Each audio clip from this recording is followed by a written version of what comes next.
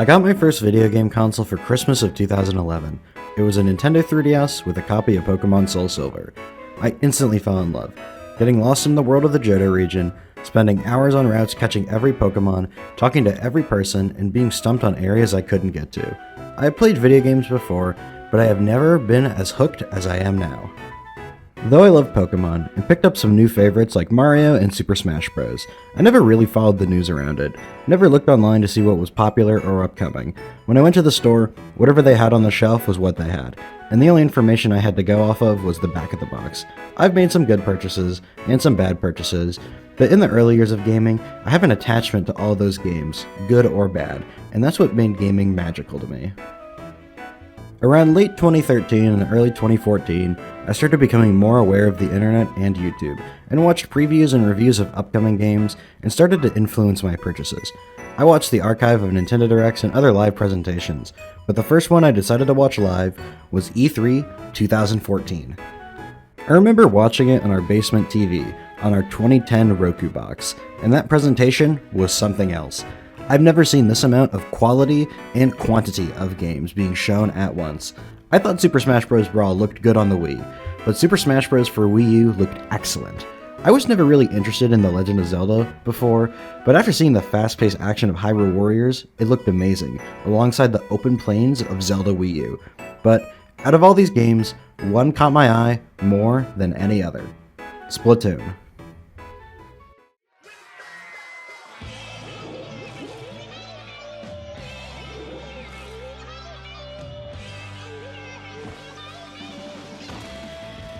I was around the age where my peers were playing Call of Duty and Halo.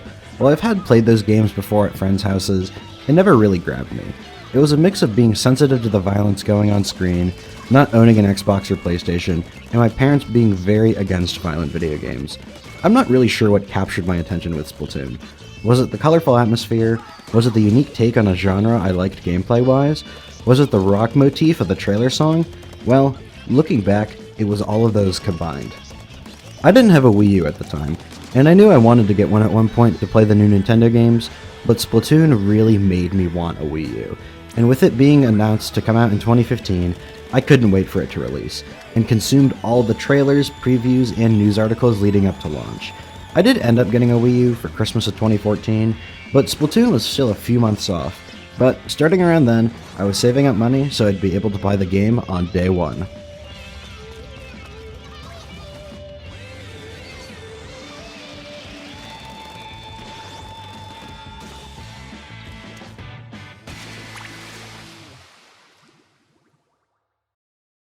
Splatoon was my most hyped upcoming video game. Whenever there was a Nintendo Direct, I would always be ready for it to start so I would be there when Splatoon shows up.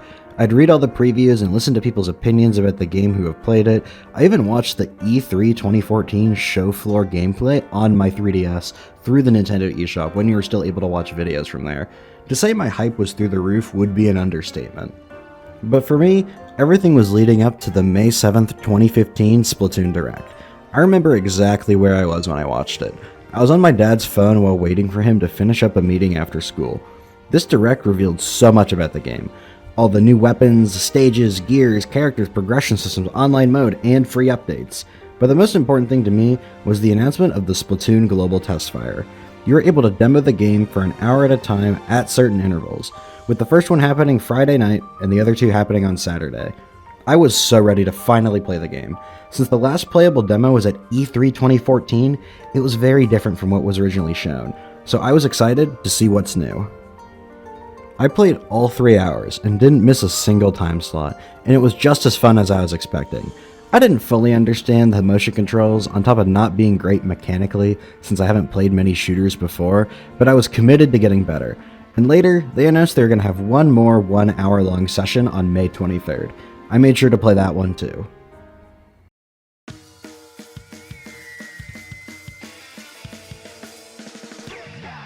But the game released on May 29th, 2015, and I was going to pick it up after school that day, and that's what was really motivating me to get through the day. It was almost the end of the year, so lots of final exams and projects, but I finished all of my projects early so I'd have more time to play Splatoon.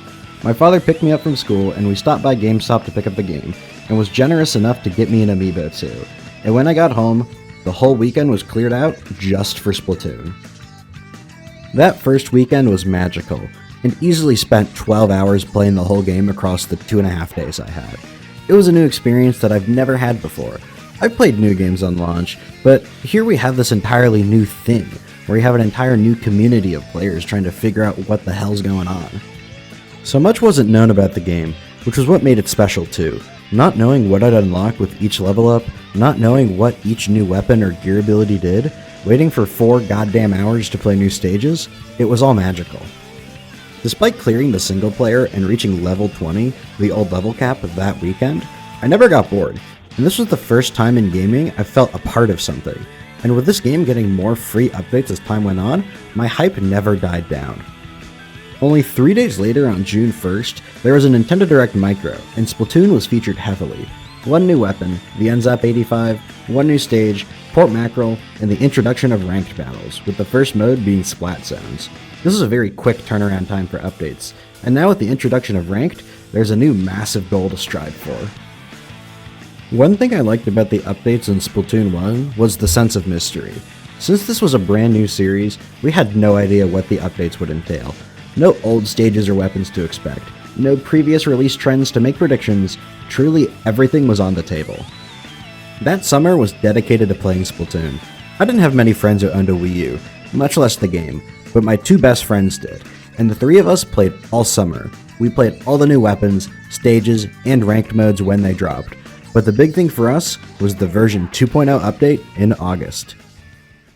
Splatoon version 2.0 is probably the biggest update the series has ever seen, pushing the series forward. Many people critiqued Splatoon for being very basic at its core, and missing a lot of features like voice chat, friend matchmaking, and private rooms, on top of the same trickling out of content not being enticing for less dedicated fans. But this was big. Ranked matchmaking with friends in the form of squad battle, a new ranked mode being Rainmaker, new ranks in SNS Plus, private battle with up to 8 players, a stage rework, and new stages, tons of pieces of gear, 2 brand new weapon classes. This is the second win that Splatoon needed to keep going in the latter part of 2015, after many people fell off with the content over the summer. Though after that big update and a couple months, the hype finally slowed down for me.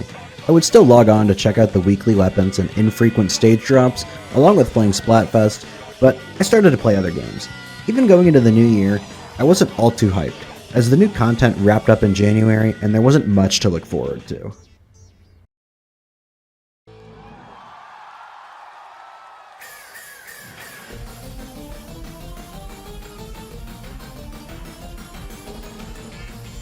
But in the March 3rd, 2016 Nintendo Direct, they announced that Splatoon will be getting a content extension, in the form of new weapon kits for a few weapons across 2 volumes. When they announced this, it wasn't really exciting, because back then, more weapons didn't really feel like the oomph the game needed in order to keep me engaged. But I'd be lying to say I didn't look forward to this, mostly because maybe they would add more stages, gear, maybe even a new mode? Spoilers, it never happened. Halfway through 2016, I was still playing the game, just not as much. In July, we had the final Splatfest for Splatoon. I was starting to get bored of Splatfest, one day where you only play 2 stages with 1 song, but the final Splatfest lasted 2 days and you could play on 3 stages. I was marginally more excited for this Splatfest than the other ones, but after I got to King, I stopped playing. But after that, Splatoon 1 was over. No more content, no more Splatfest, no more balance patches.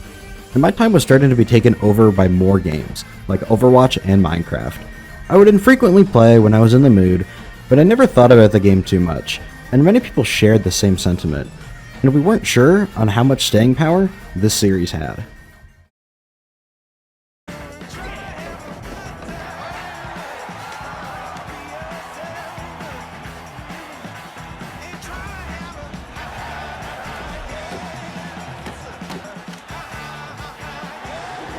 Nintendo's new console, the Nintendo Switch, is going to have a Splatoon game on it.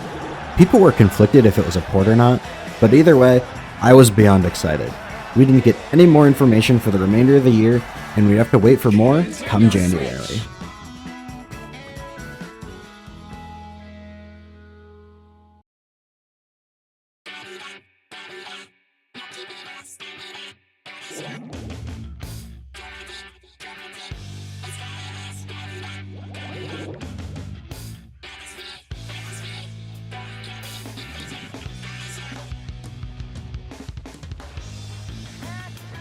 This presentation did confirm, yes, it is a full-on sequel. So many new things to analyze. The new Dualies main weapon, new hairstyles, new and returning stages, new weapon gimmicks for chargers and rollers. There's so much to look forward to, and with the launch window of summer 2017, we wouldn't have to wait too long. And the release of Nintendo Switch and its launch lineup would hold us over until then.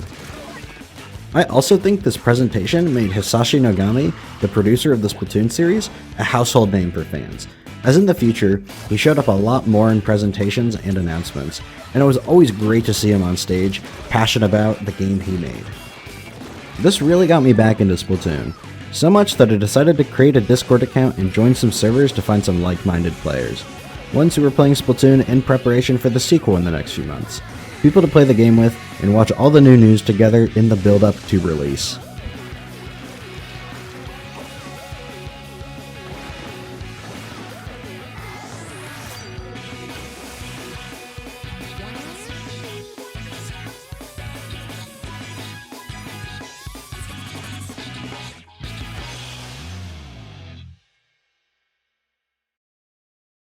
But in my real life, lots of bad things were going on. I just finished up a rough year of middle school and would transfer come the fall.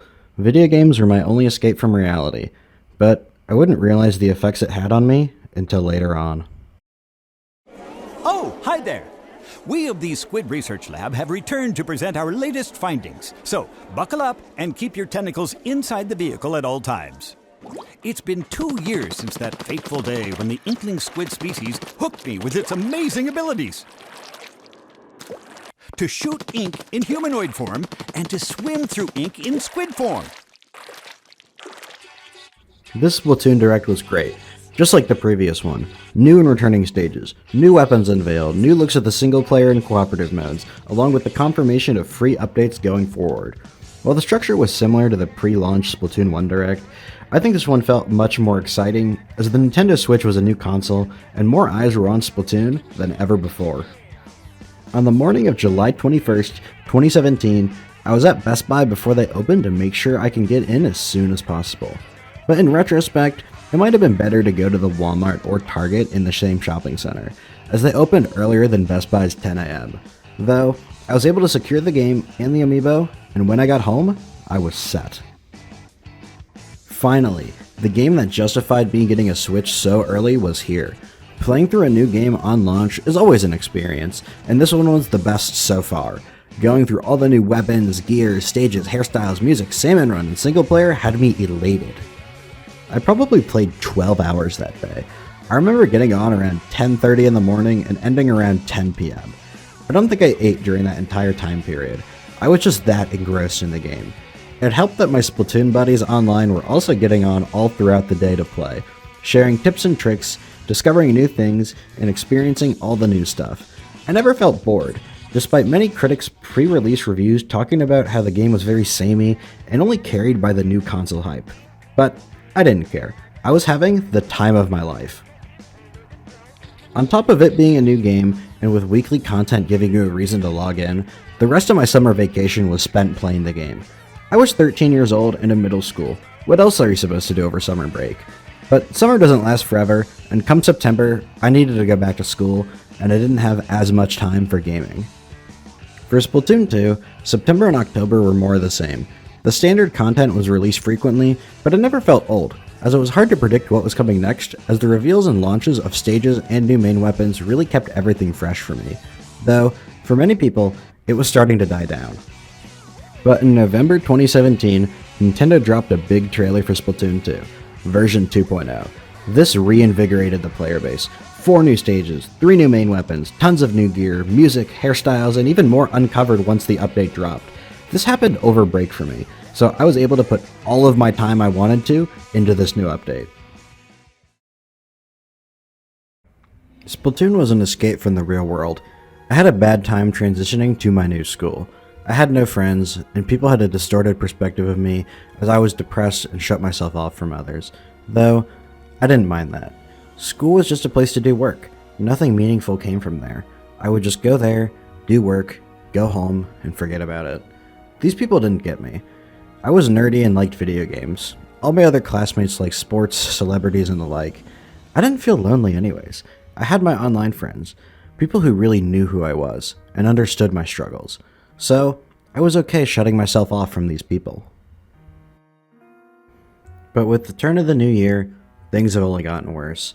I've shut myself off from the outside world to an unhealthy degree. To the extent it affected my schoolwork, the people around me, but more importantly, my friends who I played Splatoon with. There wasn't one big event in life that spiraled my depression, more so a standard mix of growing up, getting new responsibilities, and finding myself. I always became agitated, upset, fragile. I went into intensive care and was evaluated, but one thing that always frustrated me, regardless of where I went, is that people didn't understand what I was doing all day. They thought I just shut myself off in my room, playing video games for hours of a day, all alone. Well, that wasn't completely incorrect. I wasn't by myself. I was with my friends. People who understood me. People who knew how I was feeling. People who were similar to me. They were my support system through this time, which is a double-edged sword, as I relied on these people too much. It distorted my perception of reality, and my in-person world started to deteriorate. By some miracle, I was able to pass 8th grade, and got into high school. That summer, though, was an amazing time to be a Splatoon fan. Earlier in March, it was revealed Splatoon 2 would be getting a paid single-player DLC, Octo Expansion. The previous 2 hero modes were just fine, giving you an opportunity to get used to the game and learn the mechanics in a safe environment. But this campaign focused a lot more on story. You, as Agent 8, wake up in an unknown place with amnesia, lost, not knowing why or how you're there. Despite being an Octoling, the enemies of an Inkling, you find one, and he cares for you. Warmth in this cold, dark place. He doesn't care that you're different than others. You're a fellow cephalopod, and he wants to escape together. You find this telephone, who will send you to the Promised Land if you complete these challenges, but he tells you the stories of thousands who tried and fail. Left with no other choice, you march on. How Octo Expansion is laid out is that there are different lines with many levels on them, connecting to other ones. This symbolizes each path a person takes to set themselves free is different, and each level, a stepping stone on the path, has multiple ways of clearing them, showing how different people take different approaches to complete the same task at hand. Some are harder, some are easier, and some may be perceived as one or the other, but it's up to you to make that decision on how you tackle the problems ahead. Sometimes, your destination will be far from your starting point, other times close, but all of your experiences mold who you are today. On your journey, you'll meet characters of all different shapes and sizes. Where are they going? What are their motives? Who knows? But they all want to be free. But being free to them may be different to you, and that's okay. It's their story to tell. After completing the telephone's request, you make the object for them, and he promises you that you'll be set free. But this is all a trap, as he tries to kill you and the ally that has helped you this whole time. It may seem obvious that this is a trap, but everyone's experiences are different. Everyone's interpretations are different. But does this authority figure want to rid of you for simply existing? Are all efforts in the end meaningless? When all truly seems lost,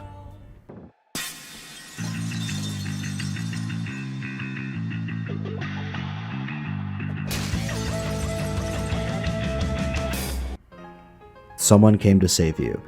A new ally you've only heard of in passing. Despite being their species' a sworn enemy, they decided to risk themselves for you. You can't let this kind of action go to waste, and decide to find an escape route. After completing some final trials, you did it. You reached the Promised Land. It's not some heavenly place, but reality. With the sun rising in the horizon, a new cycle of life has begun. You get to see it with your own eyes, not being told to you, or not dreaming of its existence. And this new part of life couldn't have been experienced by yourself. People who reached their hand to pull you out of hard times. The help of the people who believed in you this whole time.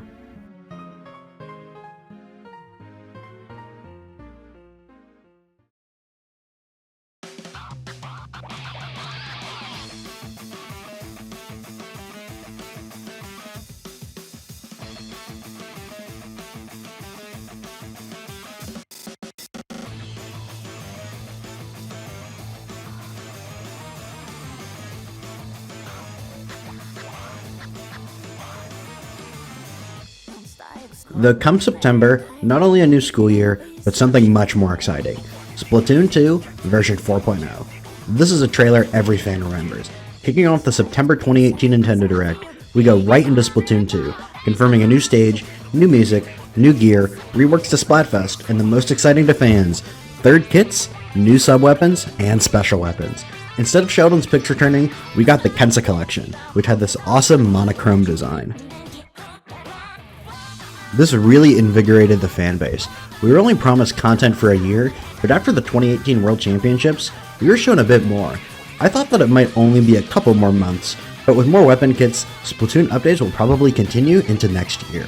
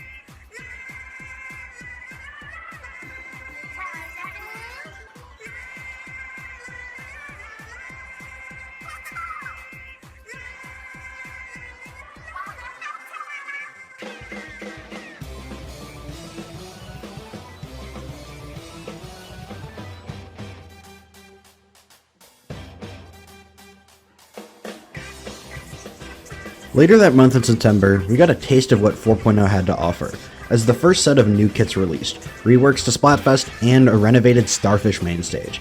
But the new music, stages, subs, and special weapons aren't out yet. The community was yearning for it, but simply knowing they were coming was enough.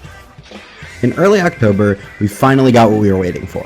Along with the second Kensa Collection, we received the new sub Fizzy Bomb, the new special Booyah Bomb, and the new stage Skipper Pavilion, and 4 new music tracks. While Skipper Pavilion isn't my favorite stage, it is a very aesthetically pleasing one, especially during Splatfest. Booyah Bomb is a fun special, one that directly rewards your teammates for playing together, but is also a powerful tool for advancing and taking space. The new songs were great. Despair kept the aquatic, weird vibes Splatoon was always going for, and Sasha Mori was more the upbeat rock battle music, especially since everyone said the trailer music in Tropical was just like an anime opening. Wait, am I forgetting something? Fizzy Bomb is the most creative sub the Splatoon team has come up with, and it's not even close. Shaking up a soda can in order to use it as a weapon that can explode multiple times is a genius idea, and ties into the world of the Inklings and Octolings building weapons out of old and used materials, just oozes an attention to detail and world building. My Pro Controller has suffered permanent damage, but I could always get a new one with a price like that. They're basically just giving them away for free. But the balance of the sub is dumb, dumb, stupid, dumb, and I love it. Oh, you get hit once and you have to eat the other explosions? Damn it. It paints like crazy and it tells slower weapons to go fuck themselves, and with little investment you could throw 2 of them. Fuck! This weapon absolutely deserved all the nerfs, but I still love it to pieces. One of the most chaotic, evil things added to Splatoon, and I'm all for it. But us Splatoon fans were eating, as in December, we were told this is the final content update for Splatoon 2. 4 new Kensa Collection weapons, the final 4 second kits, 2 new abilities, and a stage rework. Everyone was playing the new content, but in the back of my mind, I was like, wow, that's it. Not fully, as we're still going to get Splatfest, but it isn't as exciting as new weapons or stages. I was content though. I really did feel like Splatoon 2 improved on the original game in every way, and I was looking forward to playing for the foreseeable future, new content or not. もう少しだけ、やろうかなと思っています。こちらをどうぞ。Never mind. During the awards ceremony of the 2019 Splatoon Koshien Championships, Hisashi Nogami walks on stage and confirms Sheldon's picks are back from Splatoon 1. Only a month after they said content was finished, they decided to extend it even further. No details about the subs or special, or even a release window.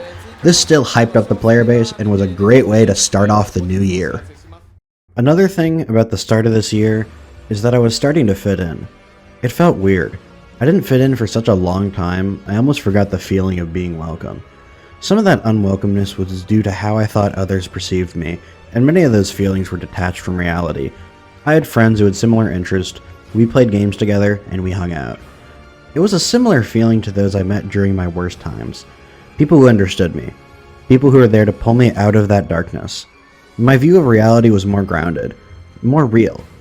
I felt like I was able to live, not shackled to the past. But for the first half of the year, Splatoon content started to slow down. We got the 10 Sheldon's picks we were promised, plus 2 new ones. There was still a good portion of weapons that didn't get third kits, and there was still some hope. But unfortunately, these weapons never got a third chance. But at the 2019 Splatoon World Championships, we got our final Splatfest announcement. Would you like to live in a world of chaos or order? For me, the choice was pretty easy. Chaos almost destroyed who I was. It always left me in a state of restlessness and gave me worries about the future. I was just getting my life back in order, and there is this peace and serenity to it, and it's something I want to hold on to. This Splatfest was really a treat. Splatfest always felt like communities coming together, but this one felt like that more than any other. All the Shifty stations accessible, increased chance of 100x battles, new remix musics, and seeing people I haven't talked to in years come back for one last final, massive celebration of Splatoon 2.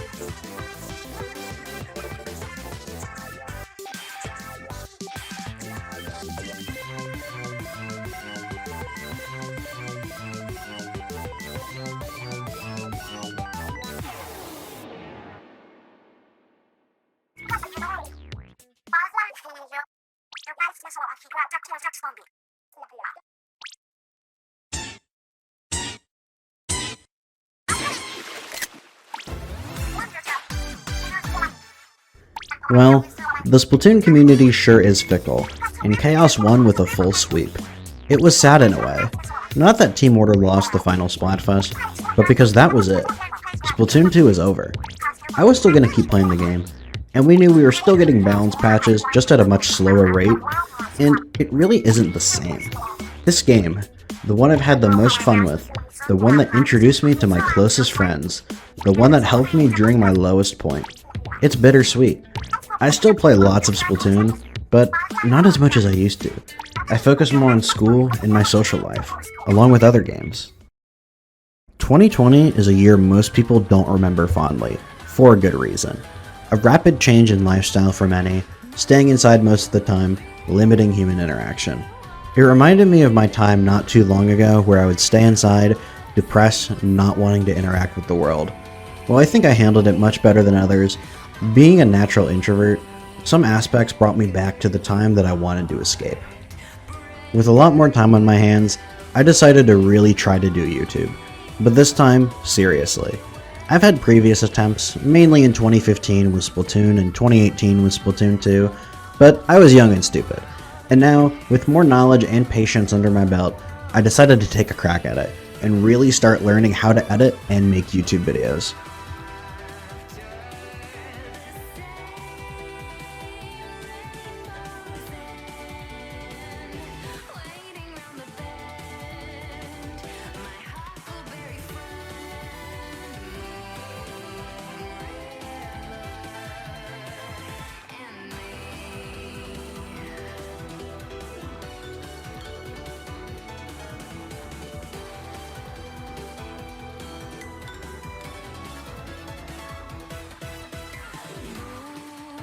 Despite Splatoon 2 being done, a few things happened with the series this year.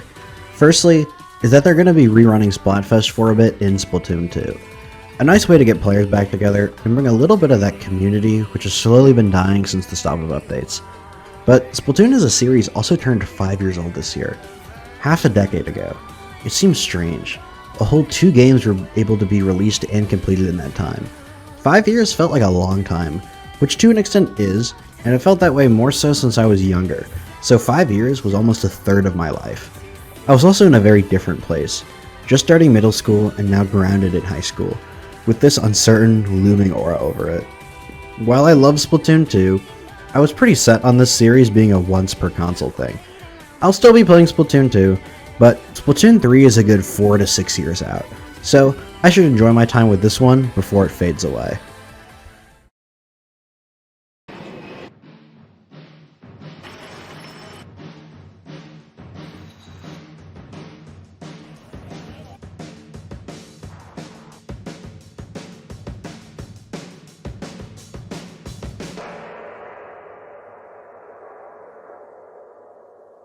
Well, that was uncalled for.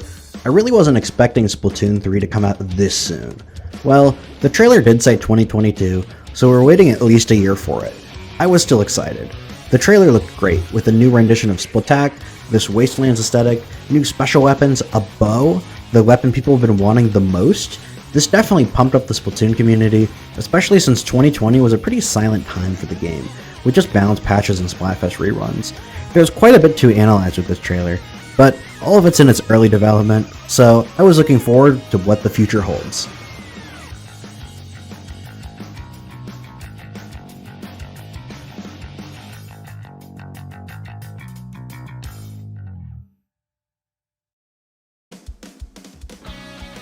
Kicking off this Nintendo Direct is some more Splatoon 3. Whoa, so much new and returning. New stage, Clash Blaster, Gloogadoolies, Undercover Umbrella, Splash-O-Matic, Museum. This trailer showed a lot on the multiplayer side. Despite this trailer being focused on the single player, it's just meh. The single players have been getting stale, and even after Octo expansion, I doubt they'd be able to do anything revolutionary. Callie and Maria are back, so is Octavio, but I'm more interested in Agent 3 being here. Overall, a great trailer to keep the hype going. What also kept the Splatoon fandom still kicking was a patch that same day. Didn't change the meta all too much, but glad to see Splatoon 2 was getting patches, so the game can continue and evolve through its players.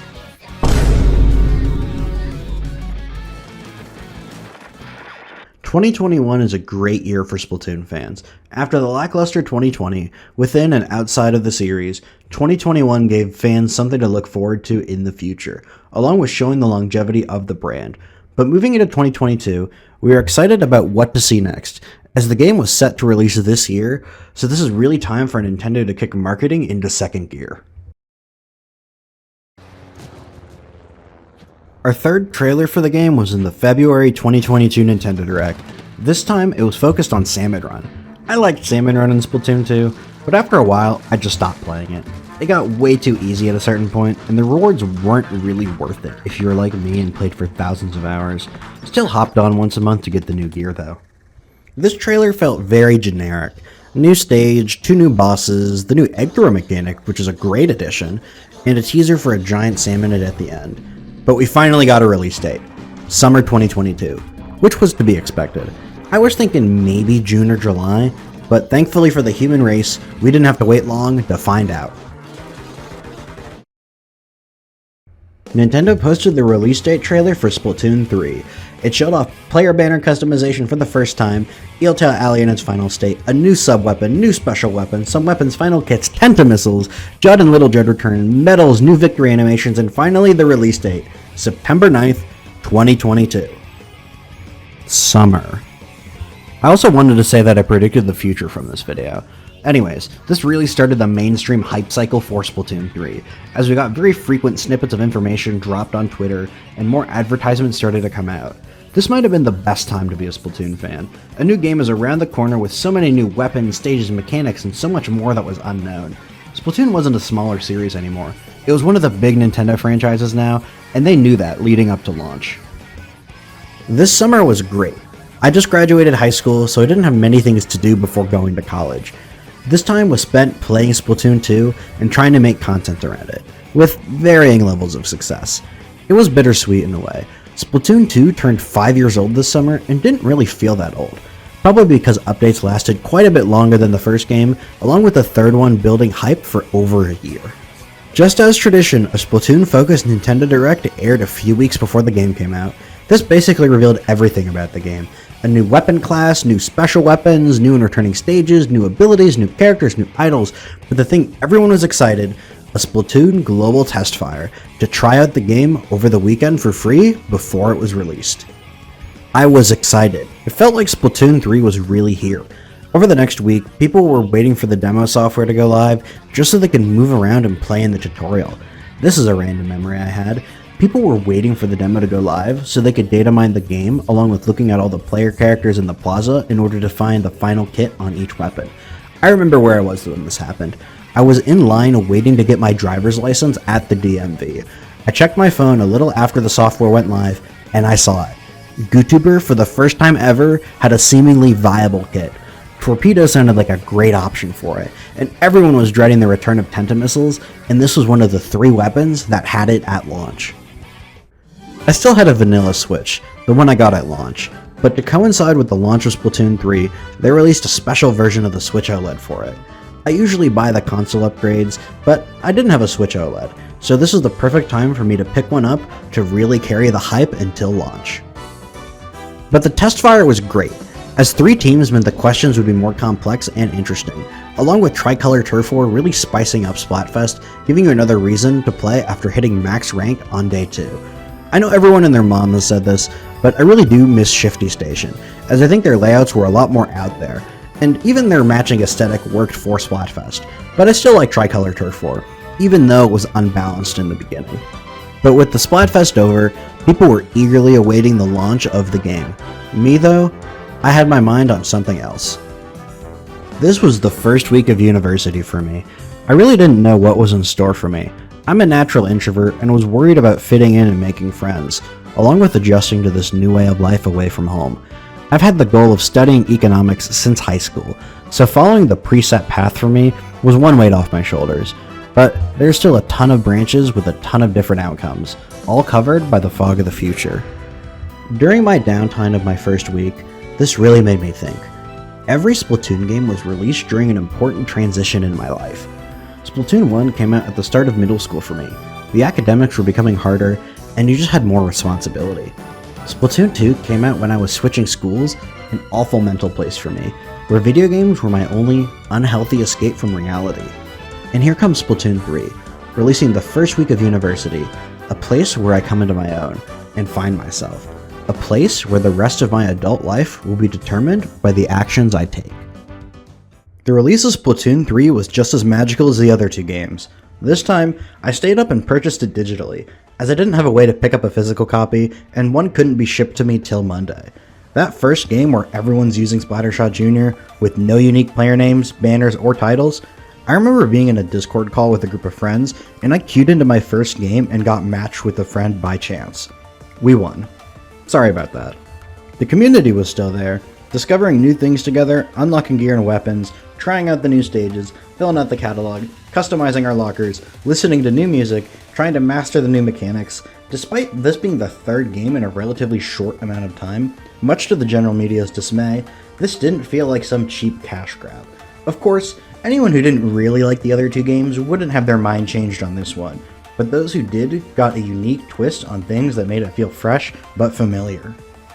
Salmon Run was the most improved thing in the transition from Splatoon 2. There it felt like an afterthought, some extra gear, cash tickets, and the gameplay that gets repetitive.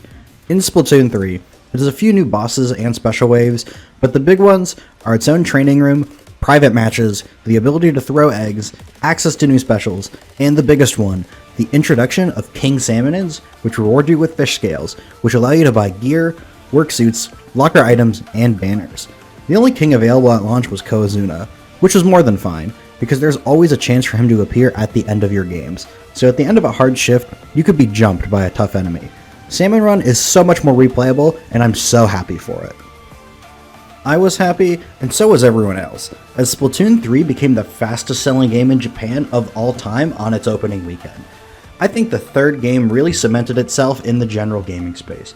It was no longer seen as a B-grade franchise, such as Donkey Kong or Metroid. It was now up there with the big 4, Super Mario, Pokemon, The Legend of Zelda, and Animal Crossing, becoming big number 5. Though the game was sound structurally, practically it was barely being held together, not because of bad overarching decisions, but because all the bugs that were apparent at launch.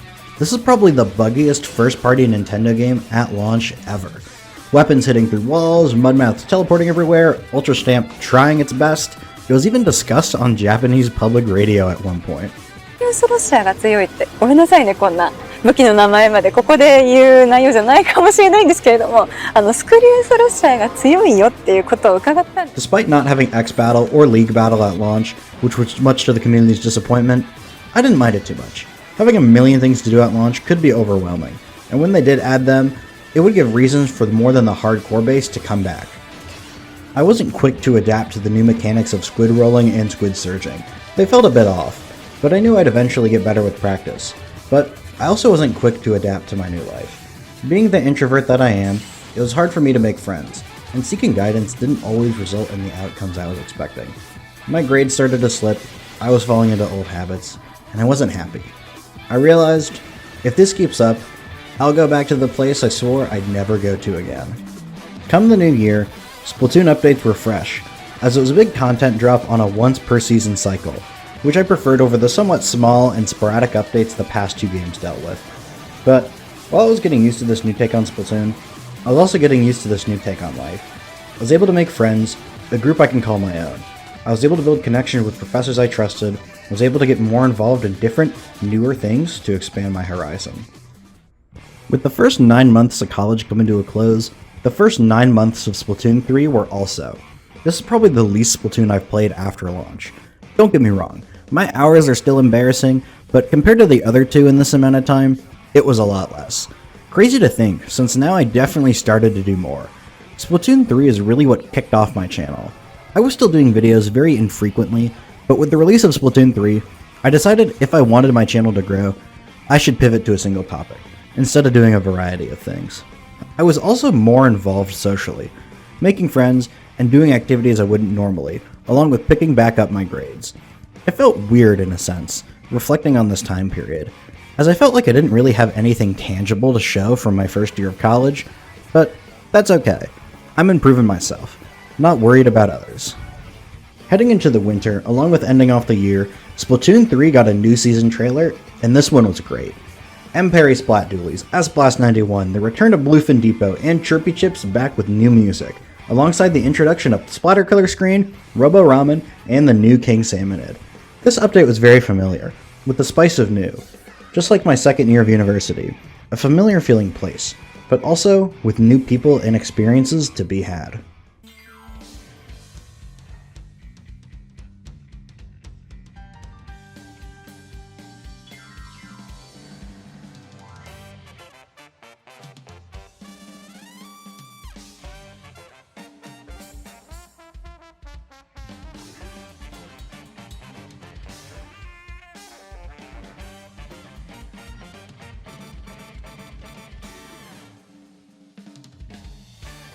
Moving into the new year, the Splatoon player base was excited once again. The competitive scene hasn't been all too pleased over the past few months, but with the introduction of a new season always seems to shake things up, and it's very exciting. But more importantly, Side Order, the single player DLC, teased all the way back in 2022, was set to release. A roguelike with the mechanics of Splatoon sounded amazing, especially since they teased the story will be about Pearl and Marina, along with Oct, a character only mentioned by pseudonyms back in Splatoon 2.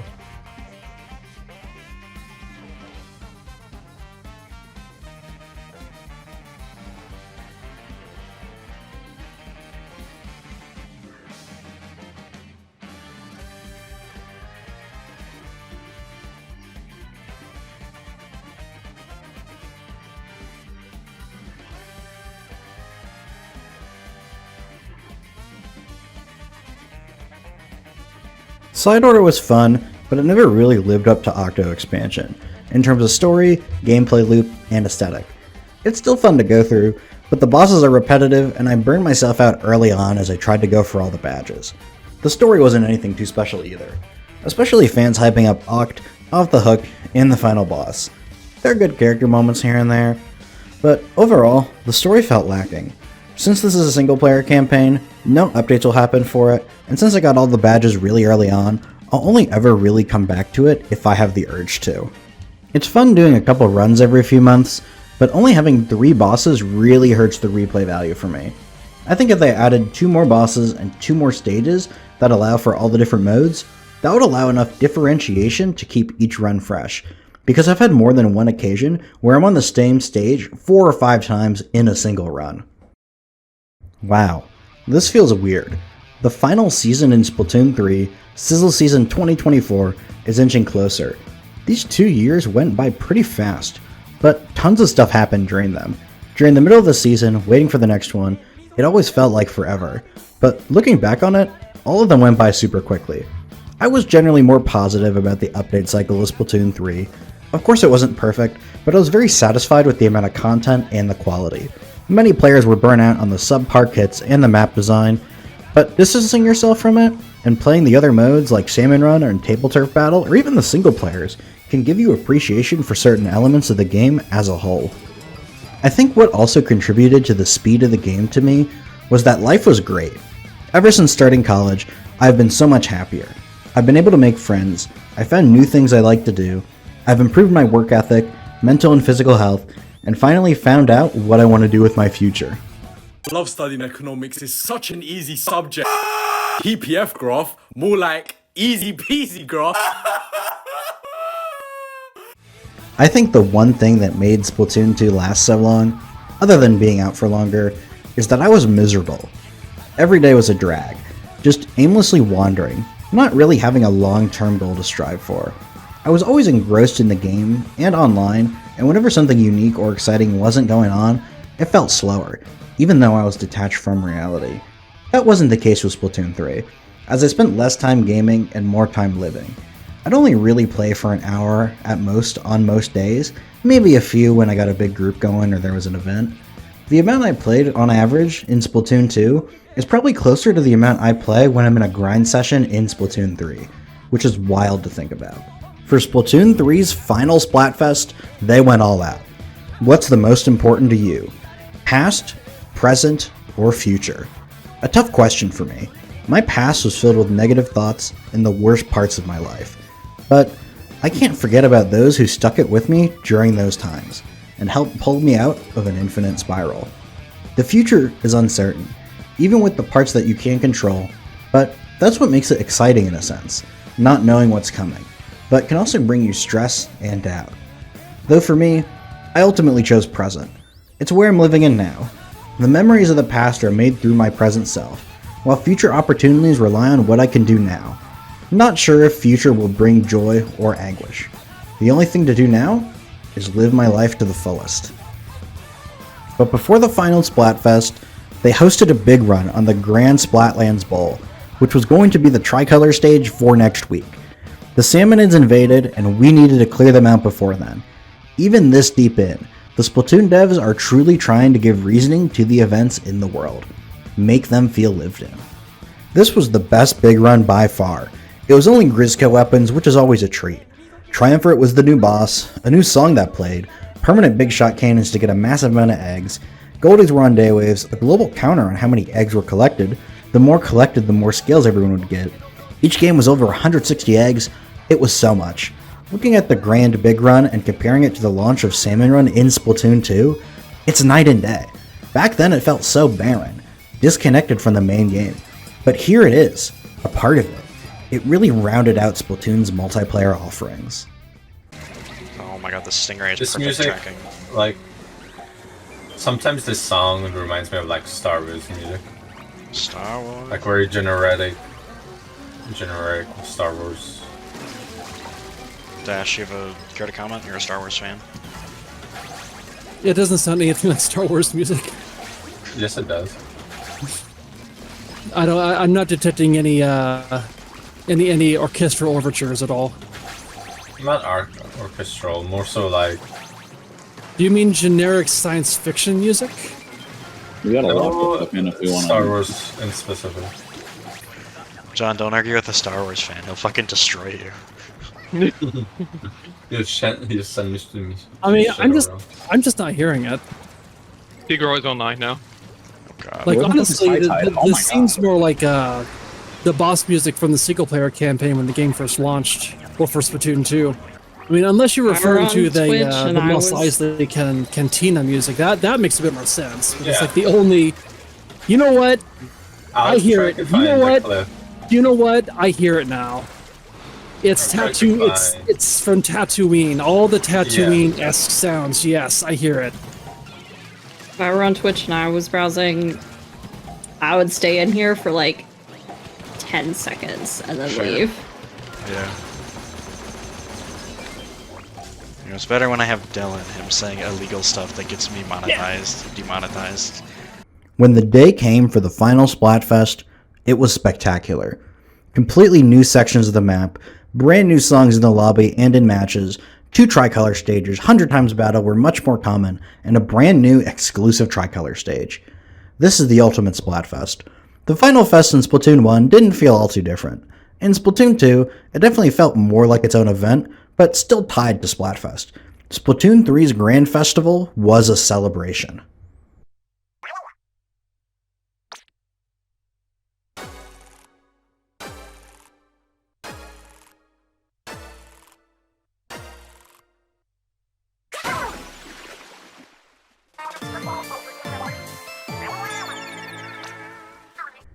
Well, I'm not fully surprised by these results.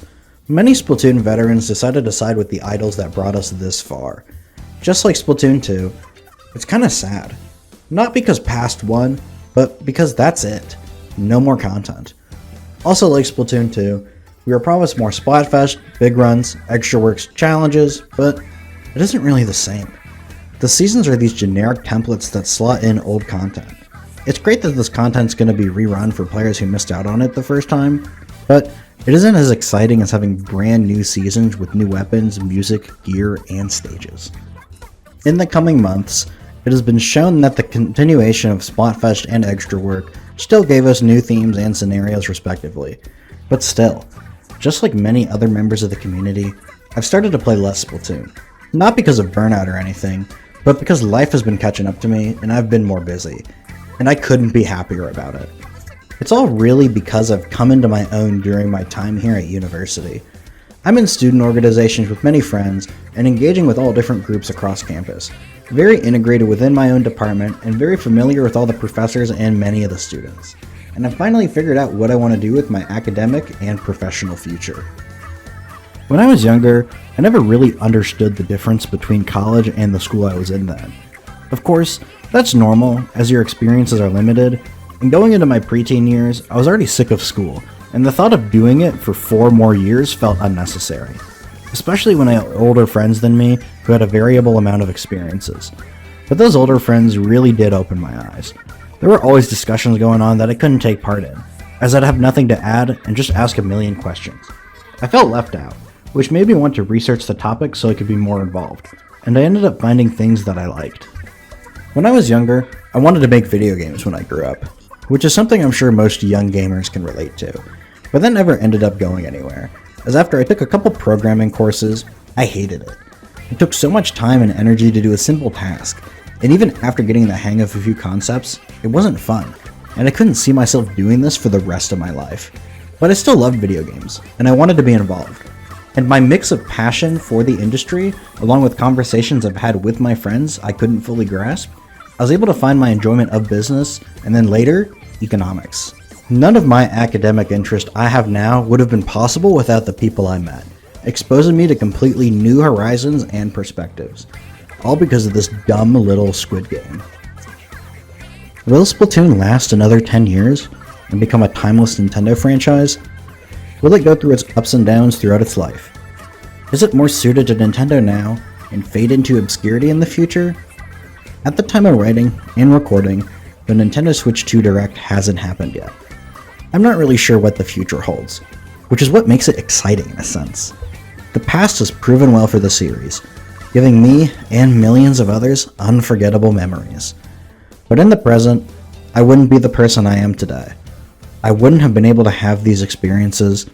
I wouldn't have been able to find out what I'm truly passionate about without all of these irreplaceable friends and memories I've made through the series. I love Splatoon, and I love all of you. Thank you for changing my life.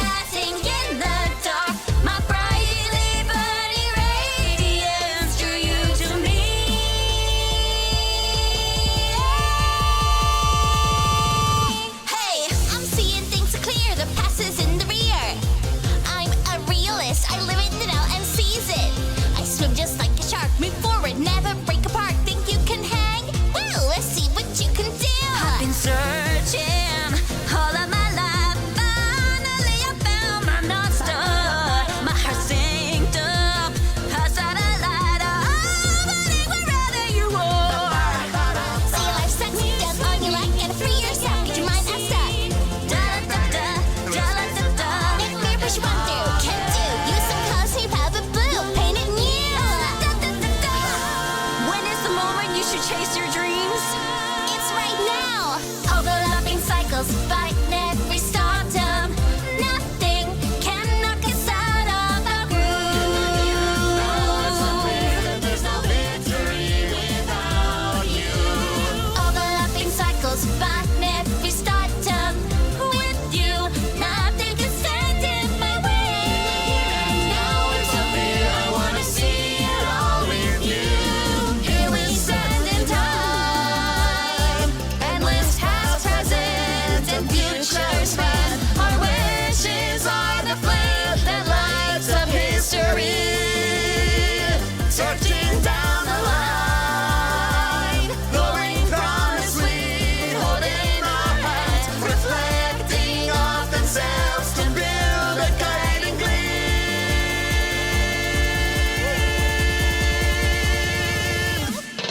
Here we go with the flow, no one knows the future. On the run, so much fun when no one has yet been. Our excitement shows the way, leading us on and on, till we reach the lair where the evil lies in wait. Monsters that we face ahead, waking up when we meet a true threat. Chains can't hold me, we are too tough. With a single cut, do you notice how we got so strong? It's all thanks to the power of our bond. Triple threat like us is 30 times as fierce. So let's have three cheers. But if the world could be at the journey's end,